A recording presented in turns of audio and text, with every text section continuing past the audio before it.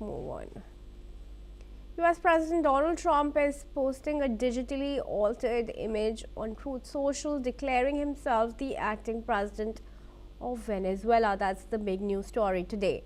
This post follows a US military operation in Caracas, which President Donald Trump announced his forces carried out large-scale strikes and captured Venezuelan President Nicolás Maduro along with his wife, flying them out of the country. The operation was a part of escalating pressure on Maduro's government. Shruti Dasgupta, foreign affairs expert, joins us in this discussion from New Delhi. Shruti, thanks for joining me. It's good to see you.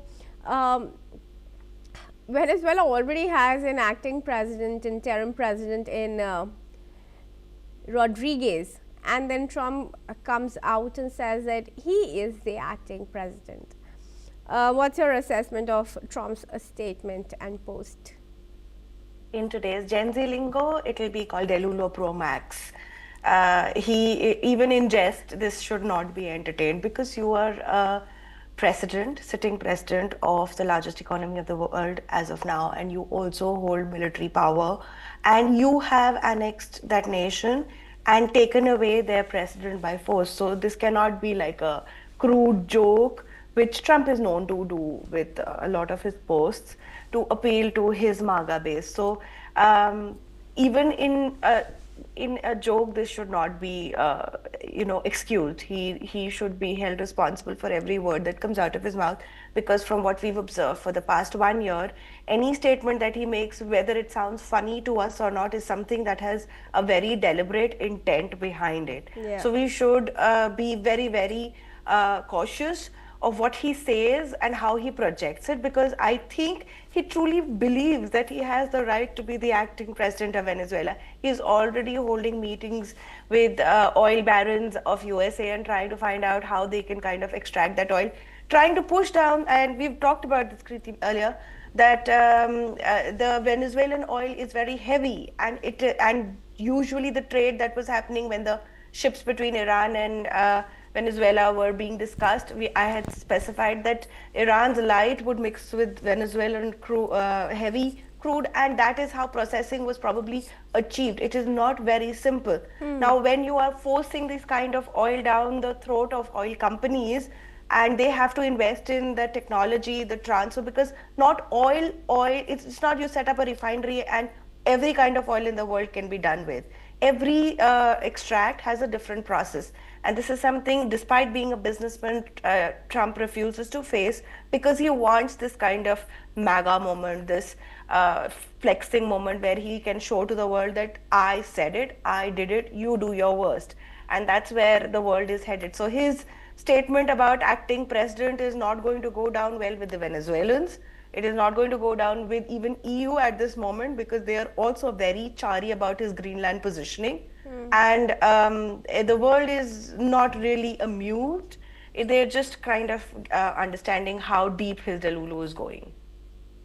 Right. I love that. Shruti, do you think this statement could have also been made to inspire some confidence in the in the US oil giants, and their executives, because they have come out and said, look, Venezuela is uninvestable. We're not sure if we can do this. See, this is something that I believe the coterie around Trump is also trying to project to the people of the world, that look, we have to kind of set the nation straight, we have to set its policy straight. If some have even hinted about rewriting the entire constitution of it, to ensure that the losses that were made after the socialist revolution under Hugo Chavez and the others and Maduro will not be redone. So before they can invite these oil giants to go ahead and invest, even at the cost of their own, profit margins, they would have to iron out the legalese of it, so that the nation can no longer seize assets like it did during that time. So this is something that him making this statement doesn't really work for his favor. I don't think the oil giants would be happy about it, because it shows that this man still lives in his megalomania, to an extent which is now very obvious. If he wants it, you have to do it. And unfortunately for Trump, companies don't work like that, even if a nation is working like that under him. So I don't know how the oil giants will react to it. They've already stepped up and said this is not doable because they need institutional reform to happen before they can even think about investing in that nation again, because they did lose a large amount of assets there. And how to recover those assets is not something that's going to be bloodless. Yeah. If they have to go in by force, you're going to have military boots there. If you're going to try and pressurize the acting president into getting a deal there, even then we've spoken about this, there are guerrilla forces down there that will make sure that every drop of oil that is extracted from the nation is going to be very heavily priced in terms of conflict, in terms of tensions, in terms of instability. So Venezuelan oil, even though he has kind of captured the president, has not been captured until even if he is taking down the ships across the nation, it has not been captured by USA, and the oil giants are not happy about it. Shruti, stay on. There's some more information that we'd like to give our viewers. US President Donald Trump has said that he's open to meeting Venezuela's interim leader, Delcy Rodriguez, signaling a possible reset in relations following the capture of Nicolás Maduro in US Special Forces raid. Trump said Washington is working well with the new leadership in Caracas as the United States enforces a naval blockade on Venezuelan oil exports. Rodriguez has indicated a willingness to cooperate with U.S. demands, including access to oil, and has promised the release of political prisoners. U.S. envoys have visited Caracas to discuss reopening the American embassy, while Trump also said he expects to meet opposition leader Maria Corina Machado in the coming days. Let's hear that statement.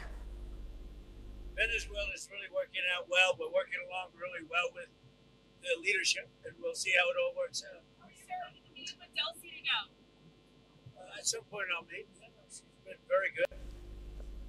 Well, clearly, Shruti, I'd like to join us. I'd like you to join us back in the discussion. Shruti, it's rather clear that those statements, if it all have come from Rodriguez, are under pressure, and she really has no option but to say that she is open to negotiate, especially when Trump is now cozying up to Machado once again.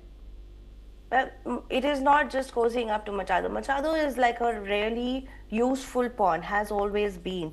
He even demanded the peace prize back from her for a small minute there. So she is just the face that he wants to project to showcase that he is a good leader. Although he would definitely not hand over the nation and its assets to her without actually being involved in the politics and the policies of Venezuela. Now, Delcy, of course, as you've said, and I've reiterated in my past statement, that they're going to be under pressure. They're already under pressure. Their economy is already very bad. There have been cruelty against Venezuelans. There are political prisoners. There is suppression of dissent. There is suppression of the opposition leaders. So all is not well with Venezuela, but that does not give Trump the right to go in with his military and take away their president. That is not how you hit the reset button. If you're wanting to hit the reset button, empower the people that can make the changes, make the voices heard. You have sanctioned the nation. It is on its knees as far as economy is concerned. And you have taken away the president. The acting president, for the sake of her own life, is going to say, let's sit down and talk. And that is something that Maduro was also saying, that let's talk this out. What do you want? And we can work it out. So let's see. I know that she's going to make some concessions. The nation's going to make some concessions to get the blockade away and then try and stand up on its own feet. But at what price is something that both USA and Venezuela need to understand, that maybe, as I said before, every drop of oil that USA plans to extract will cost very, very dearly, and not just in the terms of investment and operational costs. Sure, indeed. Shruti, once again, do stay on as we give our